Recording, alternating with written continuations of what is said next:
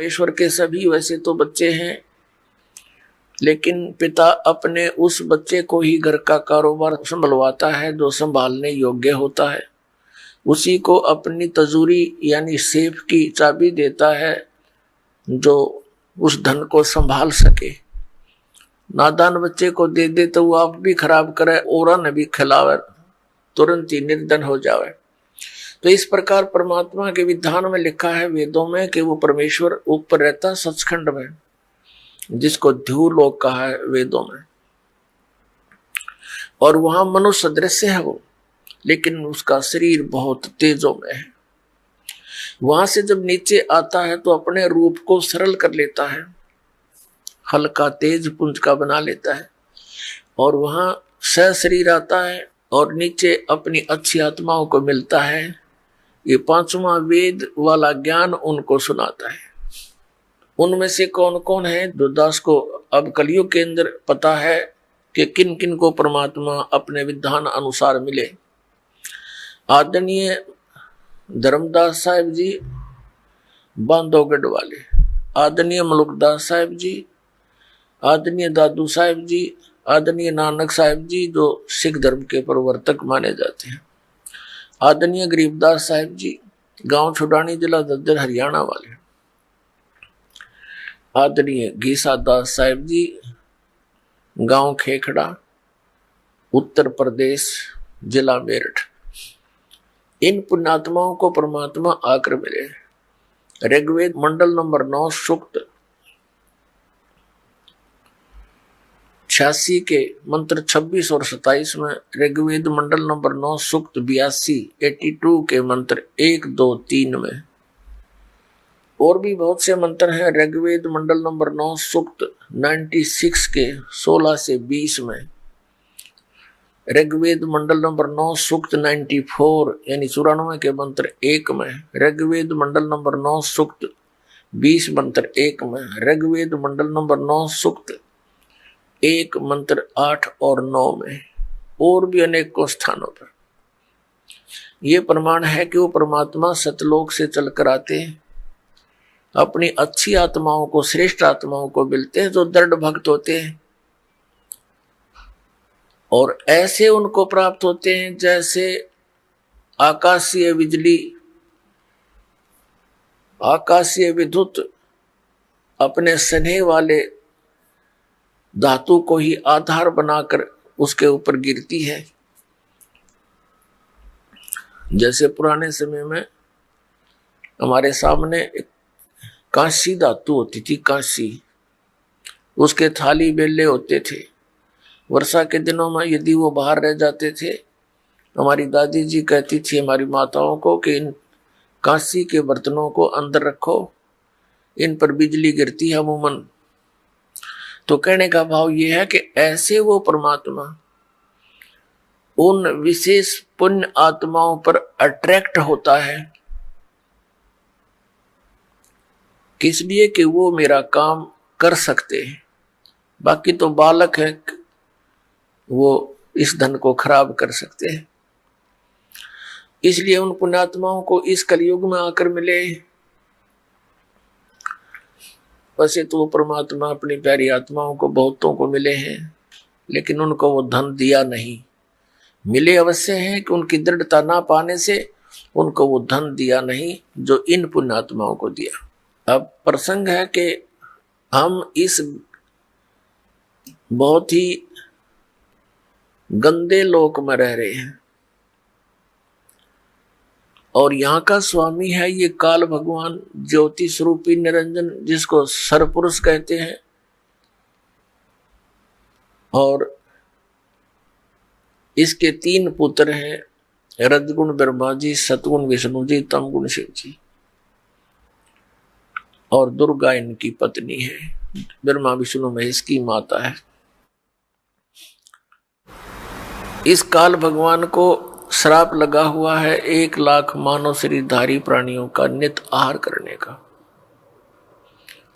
पुण्यात्माओं, हम चतुर्गणे हो गए, एक थोड़ी सी शिक्षा प्राप्त करके छोटी मोटी कोई पोस्ट हमें प्राप्त हो जाती है, और समय पर 2 रोटी ठीक प्राप्त हो रही है, तो हमने भगवान के मार्ग का ज्ञान नहीं रहा और ना इतनी आवश्यकता समझते, और हमने अभी तक जो सुना है वो अज्ञान भर रखा है। और ये तत्व ज्ञान जो प्रारंभ होता है, ये मन ना जाने कितने जो है ऑब्जेक्शन पैदा कर देता है। लेकिन परमात्मा के ज्ञान में इतना वजन है कि इन सब शंकाओं का वो समाधान कर देता है। लेकिन उसके लिए आप जी ने सत्संग सुनना पड़ेगा, चाहे ना चाहते हुए भी सुनना पड़ेगा, चाहे आपकी इच्छा हो चाहे ना हो, ये सुनना पड़ेगा। और फिर देखना आपको कितना अच्छा लगेगा। फिर ये इसका कारण क्या है, पहले उस प्रसंग को सुनाते हैं जो दास सुनाना चाहता है कि हमारे साथ यहां सारा कार्य मजबूरी से कराया जा रहा है। शरीर ऐसा दे दिया, हम कर्म करे बिना इसको सुरक्षित रख नहीं सकते। फिर हमने ऐसी परंपराएं बना ली कि हम सारा दिन उन्हीं की पूर्ति में सारा जीवन नष्ट कर देते हैं। बढ़िया मकान हो, पुत्री का विवाह करना पड़ेगा, बहुत घना पैसा लगाना पड़ेगा। ये हमारी भूल और अज्ञानता का कारण है। पुत्र के विवाह में हम दहेज लेते हैं, पुत्री के विवाह में हम देते हैं, तो ये क्या वस्तु है? अज्ञानता का कारण है। हम किसी का धन लेते हैं, हम उसके ऋणी हो गए, और हम देते हैं तो भगवान के दोषी हो गए। तो इसलिए हमने न तो दहेज अब लेना है और ना ही देना है। ये कोई प्रतिबंध नहीं होता। इस तत्व ज्ञान से आप परिचित होकर इससे अपने आप हटोगे। परमात्मा कहते हैं तुमने उस दरगाह का महल नहीं देखा, तुमने उस परमात्मा के स्थान का, उस जहां पर ये हिसाब किताब होता है, उस दरगाह का वो स्थान, वो न्यायालय नहीं देखा यहाँ का, और धर्मराज के तिल तिल का लेखा। तो पुण्यात्मा, जब आप इस तत्व ज्ञान से परिचित हो जाओगे, आपको दूसरे का पैसा विष दिखाई देगा, विष। लेकिन अनजान बालक तो विष को भी खा जाते हैं, भले ही मर जाए, क्योंकि उनको पता ही नहीं है कितना खतरनाक है, कितना डेंजरस है। तो ज्ञान से ही पता होता है। अब इस ज्ञान से आपको ये दास परिपूर्ण करना चाहता है, ताकि आपकी आस्था इस गंदे लोक से हटे और उस सच्चे लोक की तरफ जुड़े, आपकी कसक बन जावे कि हम सचमुच यहां कष्ट उठा रहे हैं। अभी तक विकल्प नहीं पता था। जिन महापुरुषों को परमात्मा आकर मिले, उन्होंने बहुत प्रचार किया, जनता को समझाने की चेष्टा की। जैसे धर्मदास जी ने पहले तो स्वयं ही नहीं माना था, जब परमात्मा का ज्ञान हुआ समर्पित हो गए, फिर अन्य हिंदू समाज ने किसी ने स्वीकार नहीं करी उनकी बात। और पहले वो बहुत अच्छे प्रभाव रखते थे, धनी व्यक्ति थे, बहुत से लोग उससे प्रभावित थे। और जब मालिक के समर्पण हुए, इस तत्व ज्ञान को की चर्चा करने लगे, तो सब उल्टे हट गए। ऐसे ही आदरणीय गरीबदास साहिब जी को परमात्मा मिले, सचखंड लेकर गए, फिर वापस छोड़ा। उन्होंने परमात्मा की महिमा का गुणगान शुरू किया, तो उनको बावड़ा कहने लगे, मेंटल, क्यों तो मेंटल हो गया। तो पुण्यात्मा, ऐसे ही आदरणीय नानक साहिब जी को परमात्मा मिले, सचखंड लेकर गए, 3 दिन तक ऊपर के सब सारी व्यवस्था से परिचित करवाए, अपनी स्थिति से परिचित करवाए और वापस छोड़ दिए। उन्होंने 12 वर्ष तक दूर दूर देश तक बड़े बड़े सिद्धों और महात्माओं के साथ गोष्ठी की, तत्व ज्ञान के बारे में जानकारी देने की चेष्टा की, लेकिन उनके गले वह बात उतरी नहीं। कारण क्या रहा कि हम अशिक्षित थे और हमने उन अज्ञानी ऋषि महर्षियों को पूर्ण मान रखा था। इसलिए हमारे हृदय में उन महापुरुषों की बातें नहीं समाई जो हमारी सिंपल लैंग्वेज में हमें ये अनमोल ज्ञान देना चाहते थे। परमात्मा ने कृपा बख्शी, अपनी लीला अनुसार, अपनी महिमा अनुसार वो सन 1398 में सचखंड से चलकर आए, गति करके एक शिशु रूप धारण किया। लहर तारा नामक तालाब बनारस यानी काशी शहर के बाहर था। मूल शहर से लगभग 3-4 किलोमीटर की दूरी पर एक बनी में बाहर जंगल में वो वन में सरोवर था। गंगा का पानी, गंगा का जल लहरों के द्वारा उछलकर वर्षा के दिनों में जब फुल स्वयं पर चलती थी गंगा, तो ऊपर से लहरों के द्वारा उछलकर घाट में से एक बहुत बड़े सरोवर का रूप धारण कर लेता था। वहां कमल के फूल खिले हुए थे। कमल के फूल पर आकर वो परमात्मा एक बालक रूप धारण करके विराजमान हुए। वहां से एक नीरू नामक जुलाहा उठा कर ले गया। वो अपनी पत्नी सहित स्नान करने के लिए वहां जाया करता था। तो उस समय परमात्मा लीला थोड़ी ही आयु में, 5 वर्ष की आयु में ही ये तत्व ज्ञान प्रचार करने लगे थे और बड़े बड़े विद्वानों के छक्के छुड़ा दिए थे। लेकिन पवित्र हिंदू धर्म के गुरुजन, इन ब्राह्मणों ने परमात्मा के ज्ञान को स्वीकार तो करना दूर रहा, उनका दुष्प्रचार शुरू कर दिया कि ये झूठा है, कपटी है, हमारे हिंदू धर्म के देवताओं के विषय में ये गलत टिप्पणियां करता है, ये निकम्मा है, इसकी शक्ल भी नहीं देखनी चाहिए। परमात्मा के विरोधी बना दिया। अपनात्मा उस समय परमात्मा ने अपने तत्व ज्ञान का प्रचार किया। आदरणीय धर्मदास साहिब जी को वो मिले, उनको अपना ज्ञान समझाया और उन्होंने फिर परमात्मा के द्वारा दिए गए ज्ञान को लिपिबद्ध कर दिया, जो पवित्र कबीर सागर और पवित्र कबीर साहिब की वाणियां, कबीर साहिब के शब्द और कबीर बीजक नाम से ये ग्रंथ हमारे पास उपलब्ध है। प्रसंग है कि हम यहाँ ऐसे लोक में रह रहे हैं जो रहने योग्य नहीं है। और हम रह क्यों रहे हैं? क्योंकि हमारा नशा घना कर दिया इसने, और अज्ञान इतना भर दिया, हमारी बुद्धि को इतना सीमित कर दिया कि यही आपका काम है, संतानों उत्पत्ति, परवरिश, इनका विवाह, फिर मृत्यु, फाइनल काम तेरा। अब परमात्मा ने आके बताया तेरा काम तो तूने स्टार्ट भी ना करा, जो करना चाहिए था आपको, उसकी तो शुरुआत भी नहीं हुई। और यदि किसी ने शुरुआत भी की है तो शास्त्र विधि को त्याग कर वो मनमाना आचरण है, वो व्यर्थ है। पुण्यात्मा, इस मनुष्य जीवन का एक का काम है, ओनली एक, इसका जो असली काम है केवल एक है, परमात्मा की भक्ति करें और शुभ कर्म करें जितने बन जा।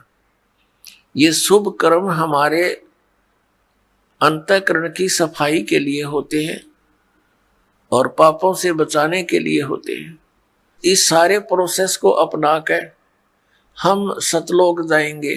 कौन कौन से हैं? सत्संग श्रवण करना, परम संत की खोज करके उस परम संत से उपदेश ग्रहण करना। नकली गुरुओं से कोई लाभ नहीं होगा। 5 यज्ञ,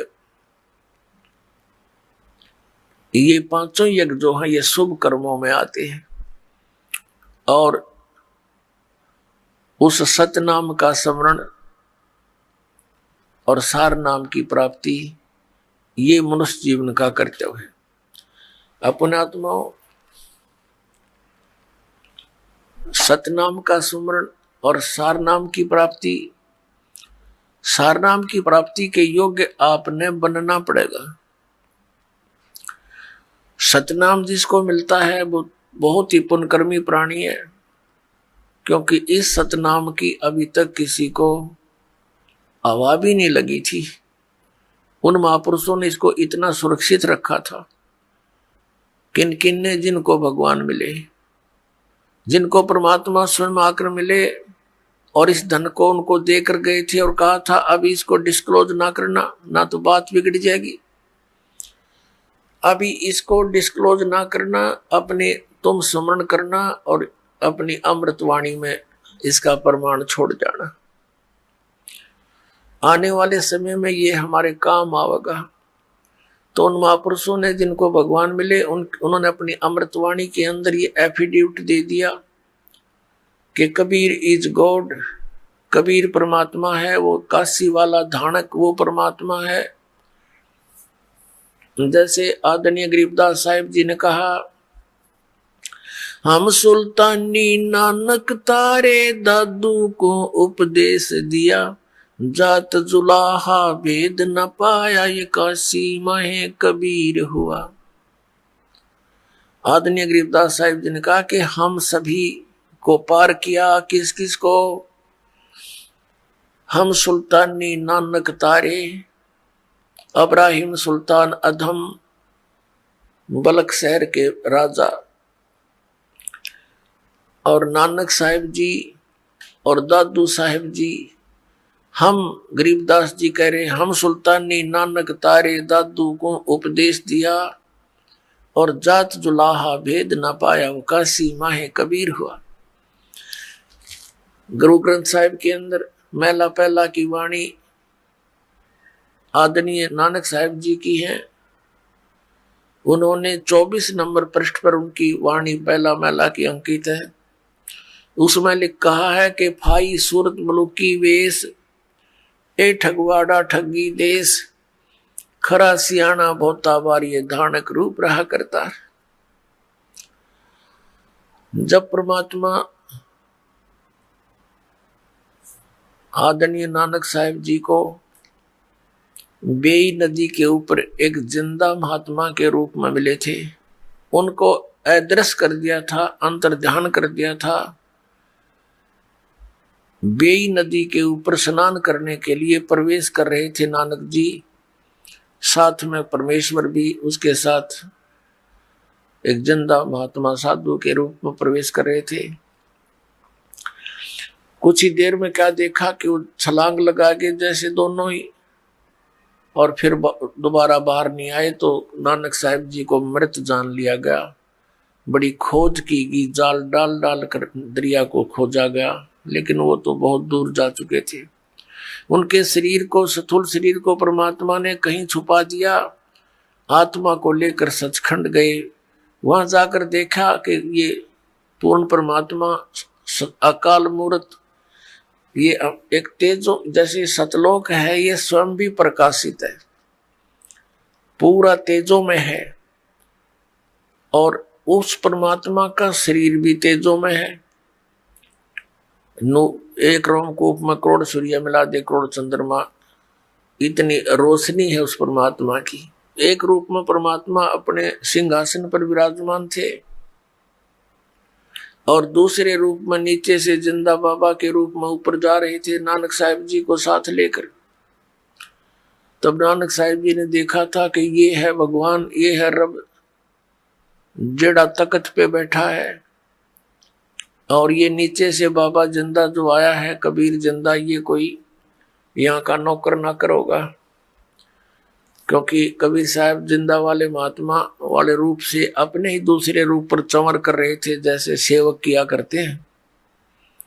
कुछ देर में क्या हुआ कि वो तेजो में शरीर सिंहासन पर बैठे थे, मालिक वो खड़े हुए, और नीचे से बाबा जिंदा के रूप में जो परमात्मा गए थे वो सिंहासन पर विराजमान हुए, और वो जिसका तेजो में शरीर है वो परमात्मा का स्वरूप अपने दूसरे रूप पर, जिंदा वाले रूप पर चंवर कर रहा है, नौकर सेवक की तरह। तब नानक साहब सोच ही रहे थे ये क्या, एक महात्मा के ऊपर और परमात्मा चंवर कर रही है। इतना सोचा ही था, वो तेजो में शरीर उस जिंदा वाले शरीर में समा गया, चंवर अपने आप ऊपर घूम रहा है, तब कबीर साहब ने उस परमात्मा ने कहा था, प्यारी आत्मा तुम्हारे लिए मैं भटक रहा हूं, तुम बहुत दुख पा रहे हो उस गंदे लोक में जाके। नानक साहब की दृष्टि नीचे को कराई के देख जहां तुम रह रहे हो, ये सतलोक में जाने के बाद ये ऐसा लोक दिखाई देता जैसे कीड़े मकोड़े घूमते हो यहाँ पर। उस सतलोक के हंस आत्माओं की बॉडी को की तुलना में हमारा ये नरक जैसा शरीर दिखाई देता है। उनकी दिव्य दृष्टि बन जाती है और उनको हमारे शरीर के अंदर चल रहे ये जीवाणु भी नजर आते हैं। ये कीड़े हमारे पूरे ब्लड में कीड़े हैं, पूरे शरीर में कीड़े हैं, अंदर थूक भरा है, गंध भरा है, पेशाब भरा है, और इसमें हम बैठे हैं, इस महल में बैठे हैं। तब नानक साहब ने कहा था, भगवान सचमुच वो तो बहुत गलत स्थान है, और कहा था कि अब मुझे वहां ना भेजो भगवान, मैं तो छिक चुका हूं उस लोक से। तो परमात्मा ने कहा था, नहीं आपको जाना पड़ेगा। और जब तुम यहां से गए थे सारे बहुत भक्ति युक्त थे, अब वहां तुम भक्तिहीन हो गए, क्योंकि आप वहां पर किराए पर रह रहे हो। ये एक आपका जो है ना यहाँ रेंट है, आपसे यहाँ मजदूरी कराता है, उस परमपिता की भक्ति करवाता है। जैसी भी साधना है, जातुल मार्ग में कुछ पुण्य परमात्मा के विधान द्वारा बताए जाने से मिलते हैं। जैसे वेदों की वाणी पढ़ने से ज्ञान यज्ञ हो जाता है, धर्म यज्ञ इसके साथ भंडारा कर ले उससे हो जाता है। तो इस तरह की क्रियाएं संत बताते हैं, भगत करते रहते हैं, लेकिन उसको ये यहीं समाप्त करवा देता है। स्वर्ग में भेज दिया, कितना राजा बना दिया, उसके ऊपर टैक्स लगा रखा, इतनी कमाई मुझे मिलेगी, जो यहाँ का भगवान है। तो परमात्मा ने कहा था आपको जाना पड़ेगा और वहां सब पुण्यात्माओं को बताओ, आपके भाई बहनों को, कि जिनको तुम पूज रहे हो वो परमात्मा नहीं है, वो मोक्षदायक नहीं है, जहां तुम रह रहे हो ये लोक रहने का नहीं है, और मैं तुम्हारे साथ रहूंगा प्यारी आत्मा, चिंता मत करना। वहां अकेला व्यक्ति संघर्ष नहीं कर सकता जब तक मेरा सहयोग नहीं होगा, क्योंकि वहां काल का भयंकर प्रेशर है। फिर भी प्रार्थना की, भगवान जो आपका आदेश होगा वही दास को मान्य होगा, लेकिन उस लोक में जाने की रुचि कति नहीं। तो परमात्मा ने कहा था कि आपको जाना होगा, और मैं आपको एक ऐसा मंत्र दूंगा, सतनाम, जो 2 अक्षर का। इसकी साधना करने, इसकी भक्ति करने से, सिमरण करने से आप शीघ्र उतने ही चार्ज हो जाओगे जितने यहां से गए थे, और उस भक्ति के बल से तुम वापस आ सकते हो, वैसे नहीं आ सकते। और फिर सार नाम दूंगा, जिसको आदि नाम भी कहते हैं। और फिर ये 3 मंत्र के जाप का आप अभ्यास करना। इसको सुरत और शब्द अभ्यास बोलते हैं, कि जिस नाम का जाप, सतनाम का जाप आपको दिया, उस पर ध्यान रखें सिमरण करते समय। ये आपका सुरत शब्द योग है, सुरत शब्द अभ्यास है। ये कान बंद करके 2.5 घंटे सुबह, 2.5 घंटे शाम की तब एकांत स्थान पर बैठकर ये हठ योग करना। ये शब्द सुरत अभ्यास नहीं है, तो डले ढोना अभ्यास है। ये कोई भक्ति मार्ग नहीं है, कर्म है। फोड़ दिए इन हमारे नकली गुरुओं ने, नकली साधना, गलत साधना बताकर। तब नानक साहब जी से कहा था कि आप जाओ, लेकिन इस सतनाम का अभी किसी को बताना नहीं। और ये सतनाम जो इतना कीमती है, मैं आपको दूंगा। आप बनारस में आना, काशी शहर में, वहां मैं पहुंचा हुआ हूं, मैं वहां प्रचार कर रहा हूं, आप भी मेरा साथ देना और वहां आ जाना बनारस में। आपको सतनाम दूंगा, और गुरु के बिना मोक्ष हो नहीं सकता। जिन ब्राह्मणों से आप शिक्षा ग्रहण कर रहे हो, इन पांडवों से, इनके पास वो ज्ञान है नहीं जो आपको दिखा दिया। ये सचखंड है, सतलोक है। ये देखो तुम्हारे भाई बहन किस प्रकार सुखी हैं, या कैसे घूम रहे हैं, कैसे ठाठ है। सभी वहां की आत्माएं आकर के नानक साहब के चारों तरफ खड़े होगी कि तेरे भाग जागे, आपके भाग जग गए, और आपको भगवान ले आए यहाँ पर, अब भूलना मत, मालिक को याद रखना। सभी आपस में बातें कर रहे हैं। तब क्या हुआ, तीसरे दिन यानी परमात्मा ने सारी सतिथि से उनको परिचित कराया। ब्रह्मा विष्णु महेश के लोक दिखाए, काल का लोक दिखाया, वहां के धर्मराज का स्थान दिखाया जहां वहां न्याय करता है ये बैठकर, और फिर नीचे छोड़ दिया। तीसरे दिन नानक साहब जी वापस आ गए थे। वहां के जनता ने उनको मरा जान लिया था, और वो सामने जब देखा तो खुशी का ठिकाना नहीं रहा था। उस पहले वो नौकरी करते थे सुल्तानपुर के अंदर एक नवाब की, उसी दिन से नौकरी त्याग दी और परमात्मा से सतनाम प्राप्ति के लिए, और प्रथम उदासी मीन संसार से विमुख होकर, संसार से उदास होकर के प्रथम यात्रा की थी बनारस की। तो रास्ते में इस ज्ञान से वो पूछने लगे, जिस भी साधु संत कोई मिलता है, एक स्वाभाविक है ये मालिक का दिया हुआ गुण अपने आप उत्पन्न हो जाता है। जिस प्राणी को ये ज्ञान परमात्मा का हो जाता है वो प्रत्येक को समझाने की चेष्टा करता है, और जो संत होते हैं उनसे अवश्य जाकर मिलता है, उनका झाड़ा लेने के लिए के पूछते हैं ब्रह्मा विष्णु महेश के माता पिता कौन है, इन कख का भी नहीं पता। ये कहते हैं तो अजरो अमर है, सर्वेश्वर है, महेश्वर है। तो ऐसे करते कराते वो सबसे मिलते मिलाते वहां पहुंच गए बनारस में, और परमात्मा ने संकेत कर दिया था कि वहां मैं रह रहा हूं और मैंने भी गुरु बना रखा है, गुरु बिन बात नहीं बनेगी। मेरे गुरु जी हैं रामानंद, और वहां मैं धानक का काम करता हूं, जुलाई का। अब नानक साहब जी, क्योंकि हम तो भगवान के सामने बालक ही हैं, अब उनके ये बात गले नहीं उतरी नानक साहब जी के कि भगवान धानक का काम करता होगा। लेकिन अविश्वास भी बच्चे को अपने माता पिता की बातों पर नहीं होता।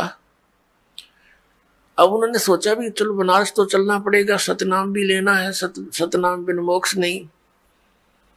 तो वहीं से कहने लगे थे वाहे गुरु सतनाम, श्री वाहे गुरु सतनाम वाहे गुरु। अब आदरणीय गरीबदास साहिब जी ने कहा कि झांकी वेख कबीर की, नानक की तीवा, और वह सिखा के गल पड़ी कौन छुड़ावे था। अब जैसे नानक साहिब जी ने कहा था वाहे गुरु वाहे गुरु वाह गुरु, जैसे एक धन्यवाद कर्या करते हैं ना किसी की सराहना करते हुए, ये वाह शब्द ऐसा समझो। और सतनाम श्री वाहे गुरु यानी सतनाम मिलेगा, और सतनाम जिसने दिया फिर उसके ऊपर फिजा हो गए, ऐसा अनमोल धन मिल गया। लेकिन उनको ना कर दिया था कि सतनाम किसी को बताइयो मत, दे दूंगा तुम्हें, तुम्हारे लिए तो दूंगा, तुम अपना कल्याण करवा लेना। तो बनारस में जब पहुंचे, रामानंद जी से गोष्ठी की कि ब्रह्मा विष्णु महेश के माता पिता कौन है। अब नानक साहब जी को पता था कि जो इसका उत्तर देगा वो उस संत परमात्मा से मिल चुका है। तो रामानंद जी ने बताया कि जो प्रश्न आप कर रहे हो इसका उत्तर तो परमात्मा ही दे सकता है, बाकी उनकी कृपा से मुझे भी पता है वो परमात्मा यहाँ आए हुए हैं और यहाँ दुल्हा का कार्य कर रहे हैं, और वो मुझे सचखंड लेकर गए थे, रामानंद जी बताते हैं। तो नानक साहिब जी ने कहा कि मुझे भी वो सचखंड लेकर गए, क्या वो यहीं रहते हैं? कहा यहीं रहते हैं, रामानंद जी ने कहा। तो नानक साहिब जी ने कहा कि मुझे एक बार उनसे मिलवा दो। आदरणीय रामानंद जी जो कबीर साहिब के वैसे तो एक व्यवहारिक रूप से तो वो गुरु जी थे, लेकिन वो आत्मा से उनको परमात्मा मानते थे। कहा कि एक सेवक को भेज दिया नानक साहिब के साथ कि जाओ ले जाओ महात्मा को, भक्त को, और मिला दो परमात्मा से। परमात्मा क्या कर रहे थे, जैसे एक खड्डी बोलते थे उसको, जैसे 2-3 जहां बैठकर वो कपड़ा बुनते थे उस करघा में, वहां बैठे अपना कपड़ा बुने। पता था कि आ रहा है मेरा लाल, और लीला कर रहे थे। अब उन्होंने देखा कि आदमी वो ही दिखे जो सचखंड लेकर गया था, और ये यहाँ ये कैसे कैसी उसमें बैठा है। लेकिन जब निकट पहुंचे तो ज्यों की तो वही सूरत जो सतलोक में देखी थी, वो मोहनी सूरत, हाई सूरत, मुल्क की वेश। पर नानक साहब ने कहा था कि फाई सूरत मुल्क की वेश, ए ठगवाड़ा ठगी देश, खरा सियाणा बहुता बार। लोगो देखो धानक रूप रहा करतार, ये बैठा भगवान, ये बैठा भगवान, ये अपने आप को छुपाए बैठा है, ये ठगवाड़ा ठग रहा है सबको, ये प्रगट, ये पता नहीं लगने देता मैं भगवान हूं। आंखों में आंसू चल पड़े।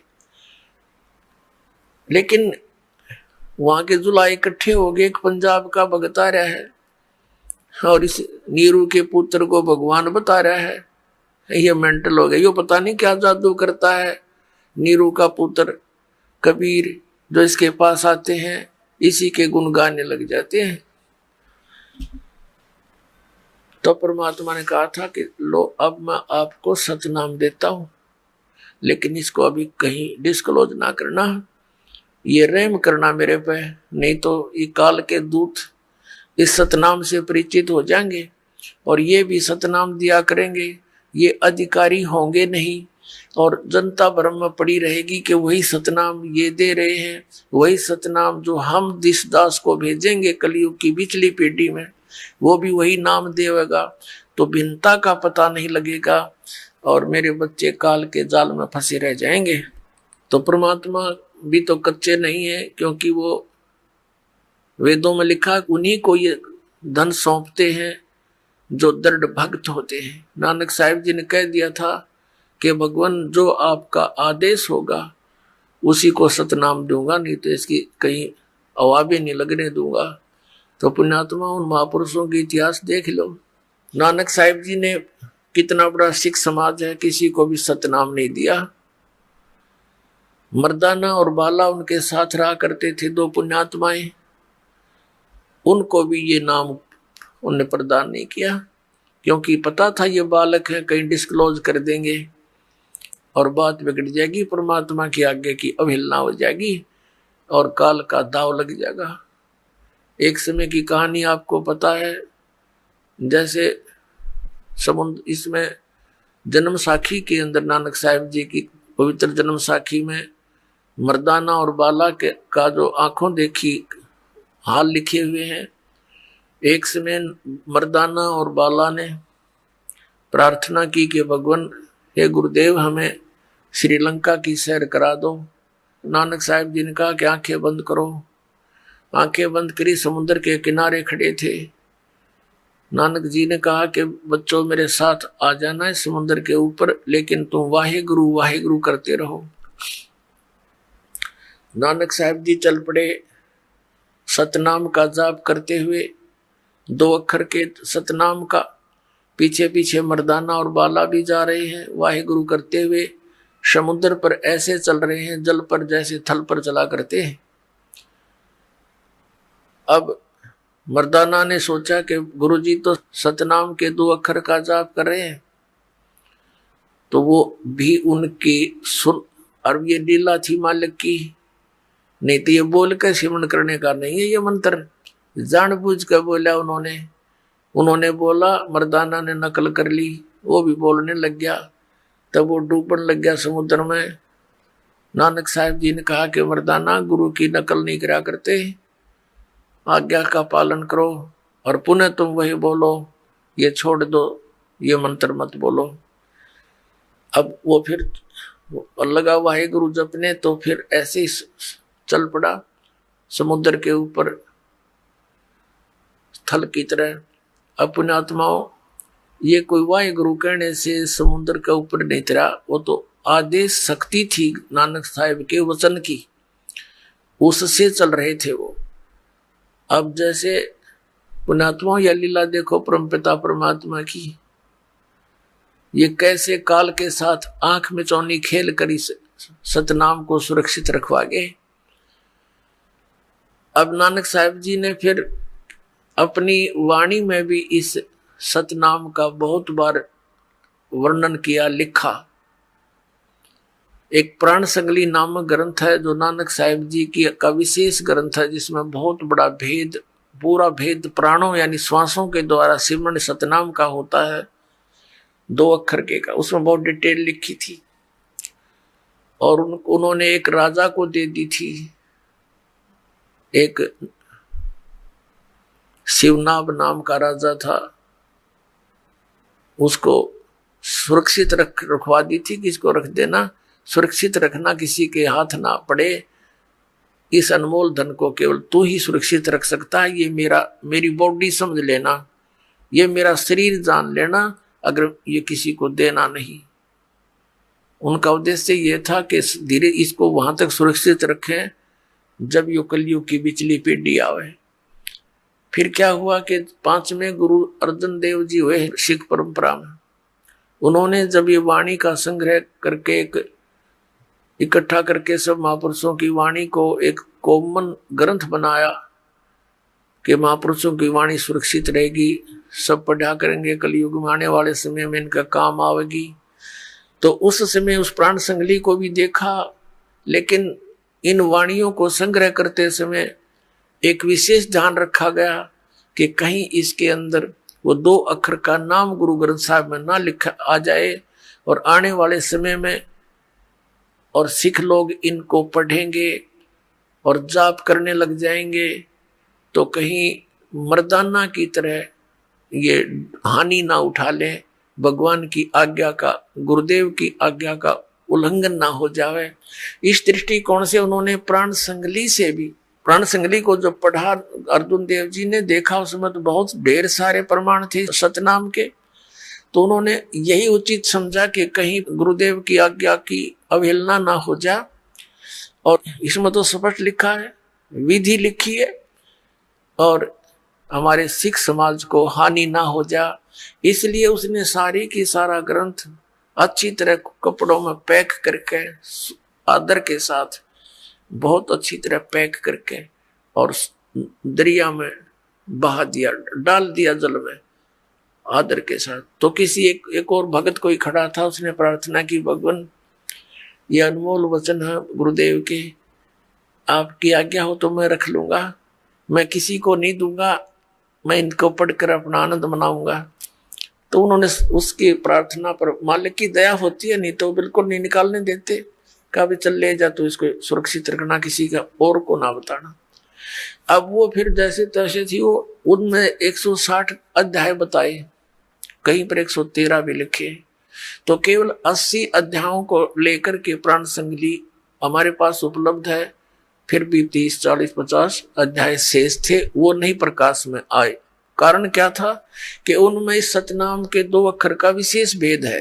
तो यहाँ कहने का दास का ये है कि नानक साहिब जी ने वो किस लिए कहा था, क्यों छुपा के रखा, इसलिए मना किया था कि आने वाले समय में कोई इस नाम का जाप ना कर ले, और जाप करेगा तो फिर अन्य को भी पता लगेगा।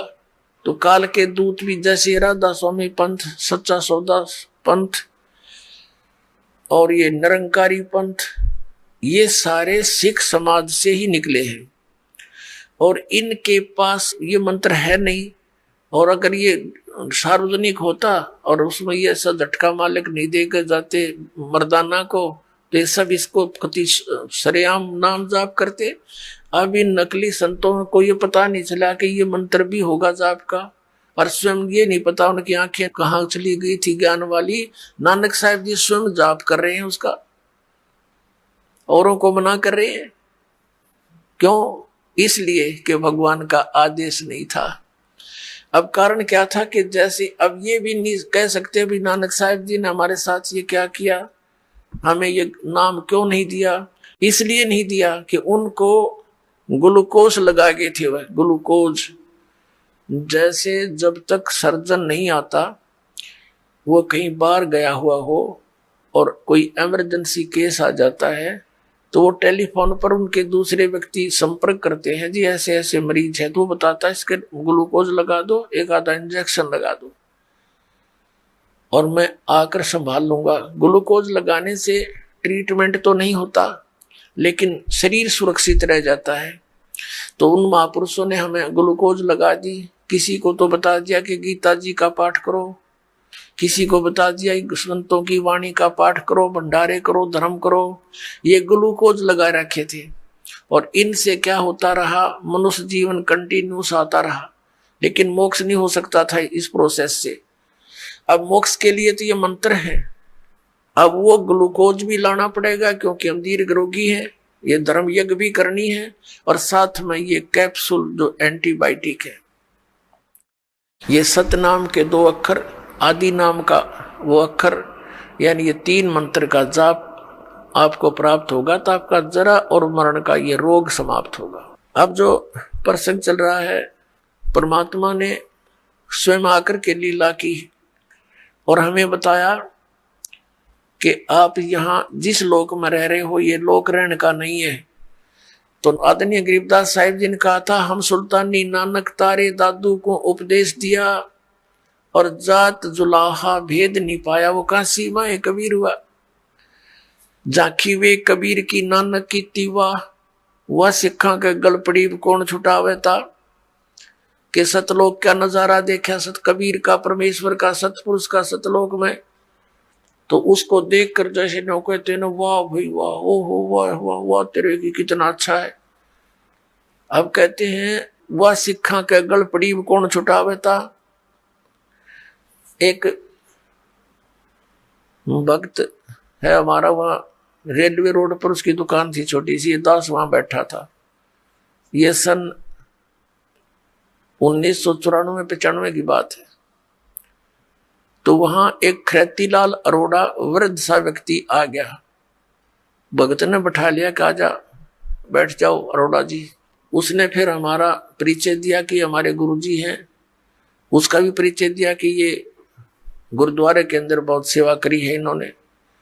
तो फिर मैंने कहा कि आप जी कौन सा नाम जाप करते हो।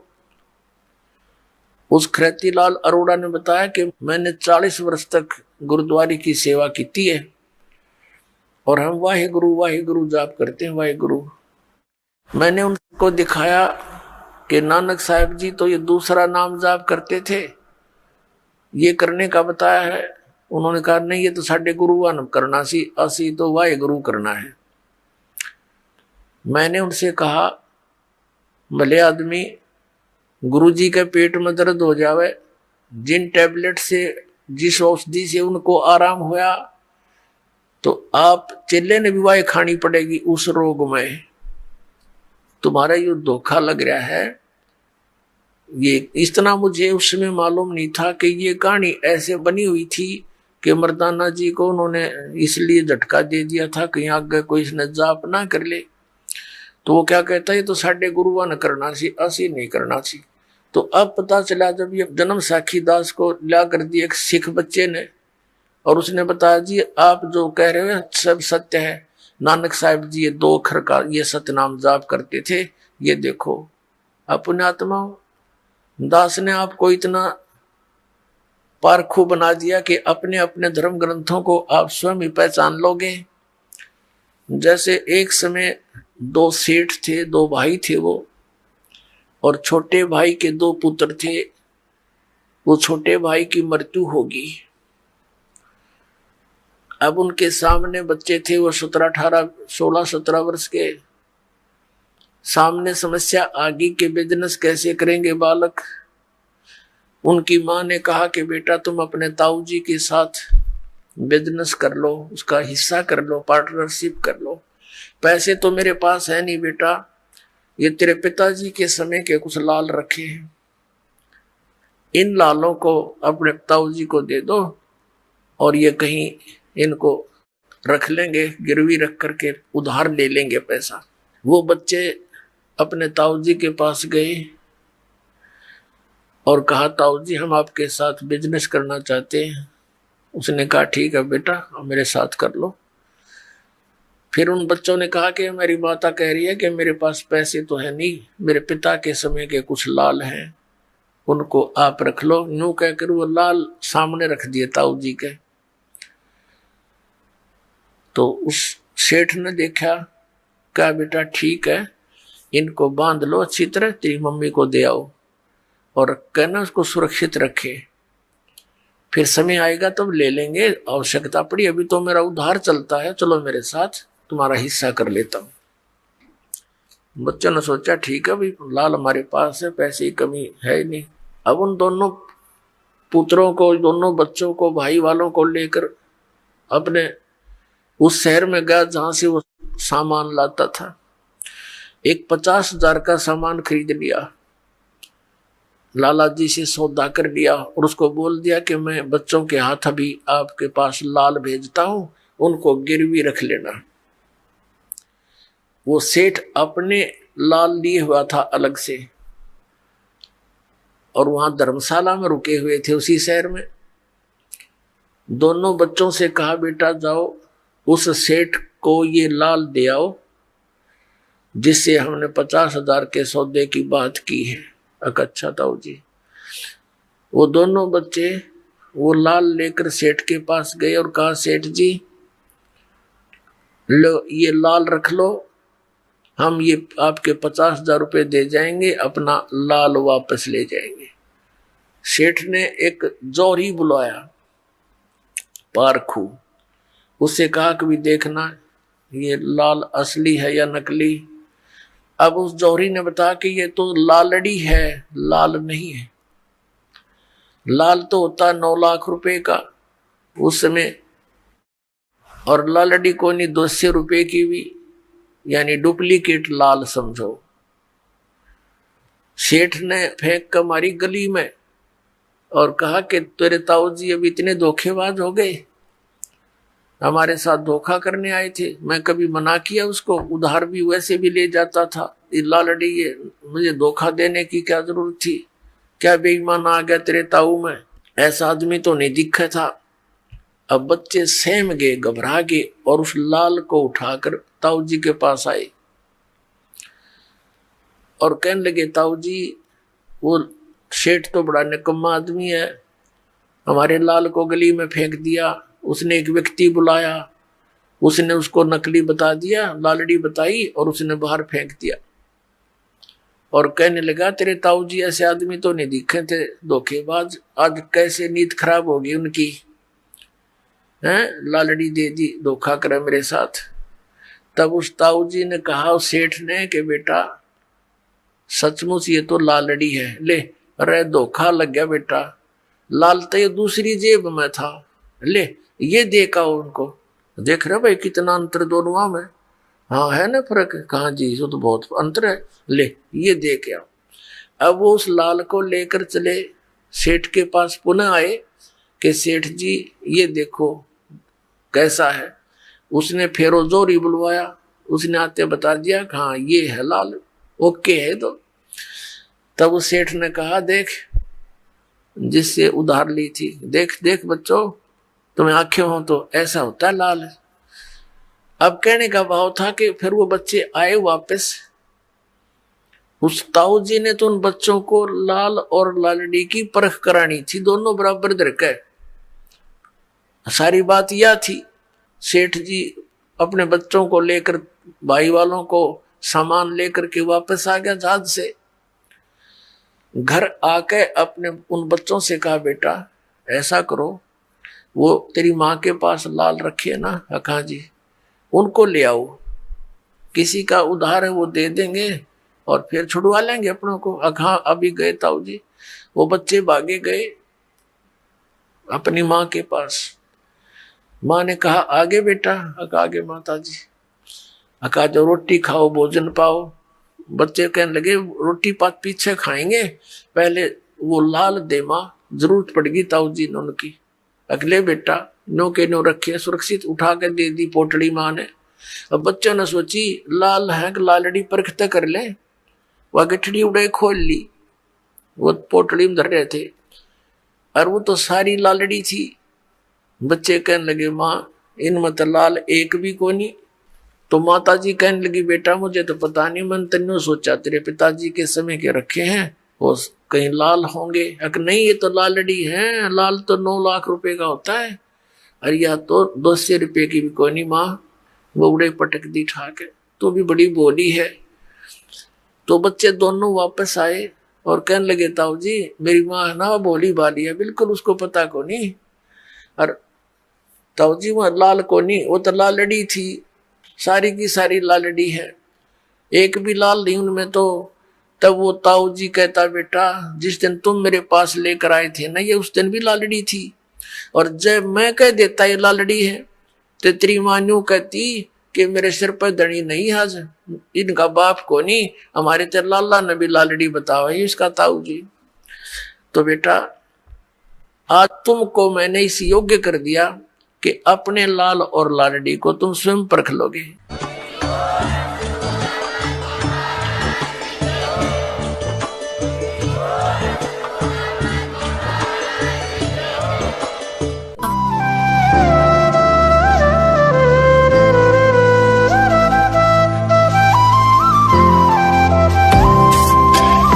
सत सोही।